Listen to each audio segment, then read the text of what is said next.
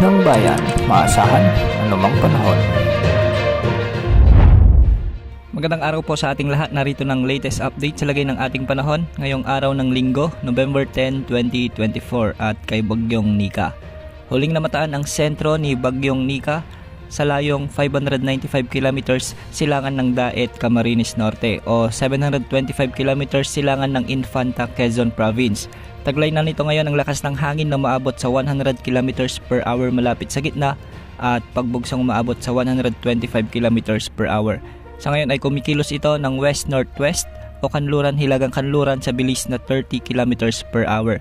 Isa na itong ganap na severe tropical storm category at sa mga susunod na araw o oras ay lalakas pa ito. Dahil nga dito makakaranas na ng mabagyong panahon ang Isabela at Aurora Province kaya posible ang malalakas na pag-ulan at pagbugso ng hangin sa mga susunod na oras. Samantalang magkakaroon naman ng mga pag-ulan at pagbugso ng hangin sa Quirino, Nueva Vizcaya, Nueva Ecija, Quezon Province, Camarines Norte, Camarines Sur at Catanduanes. Dulot na rin ito ni severe tropical storm Nika. Samantala magiging maulap naman ang panahon na may makalat-kalat na pagulan at pagkidlat pagkulog sa Eastern Visayas, Cordillera Administrative Region sa may Bulacan at ang nalalabing bahagi ng Cagayan Valley at Bicol Region.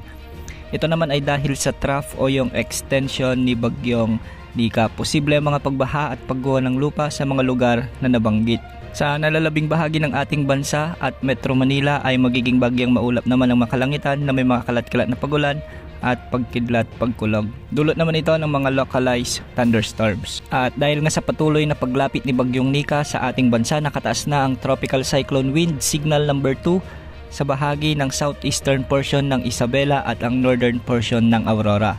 Nakataas na rin ang tropical cyclone wind signal number 1 sa southern portion ng Cagayan, ang nalalabing bahagi ng Isabela sa may Quirino, Nueva Vizcaya, ang southeastern portion ng Kalinga, ang eastern portion ng Mountain Province sa may Ifugao, ang eastern portion ng Pangasinan, ang nalalabing bahagi ng Aurora sa may Nueva Ecija, ang northeastern portion ng Pampanga, ang northern at eastern portions ng Bulacan, ang eastern portion ng Quezon Province kasama ng Polillo Island sa may Camarines Norte, Camarines Sur, Catanduanes at ang northeastern portion ng Albay. Ang mga lugar na ito ay posibleng makaranas na ng mga pagbugso ng hangin at pagbuhos ng mga ulan sa mga susunod na oras. Base naman sa latest forecast track ng Pag-asa, ngayong araw ay mapapanatili ni Bagyong Nika ang kanyang lakas bilang severe tropical storm. Ngunit bukas, magkakaroon ito ng rapid intensification habang kumikilos ng kanluran, hilagang kanluran at posibleng lumakas bilang typhoon category.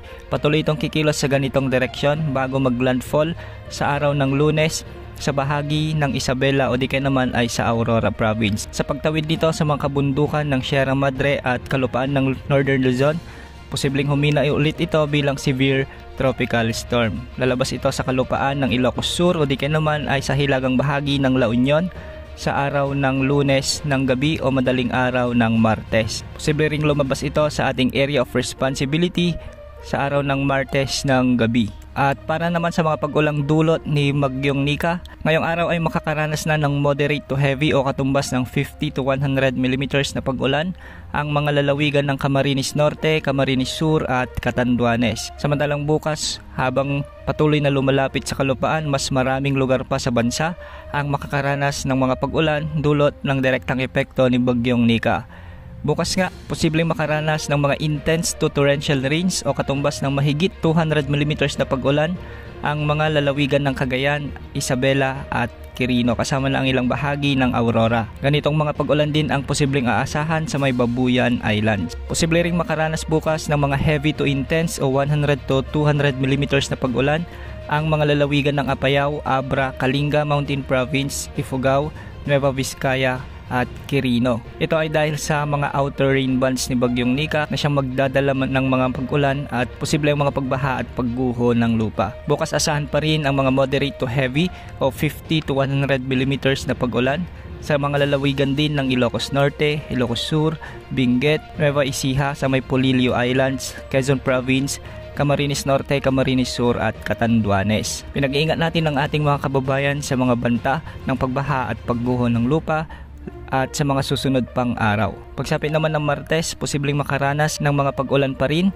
lalo na yung mga heavy to intense rain ang mga lalawigan ng Ilocos Norte, Ilocos Sur, Apayao, Abra, Kalinga, Mountain Province at Ifugao. Ito ay dahil sa pagdaan ni Bagyong Nika sa mga nasabing lugar. Makakaranas pa rin ng moderate to heavy sa araw ng Martes o katumbas ng 50 to 100 mm na pag-ulan ang lalawigan ng La Union, Pangasinan, Benguet, Nueva Vizcaya, Nueva Ecija, Aurora, Quirino, Isabela at Cagayan kasama ng Babuyan Islands. Patuloy na umantabay sa mga susunod na updates ukol kay Bagyong Nika dahil posible pang mga pagbabago sa track nito. Meron din tayong minomonitor na bagong low pressure area sa labas ng ating area of responsibility at ayon sa Pag-asa, mataas na ang tsansa nitong lumakas bilang bagyo sa susunod na 24 oras. Antabayanan din ang mga updates ukol sa bagong samalang panahon na ito.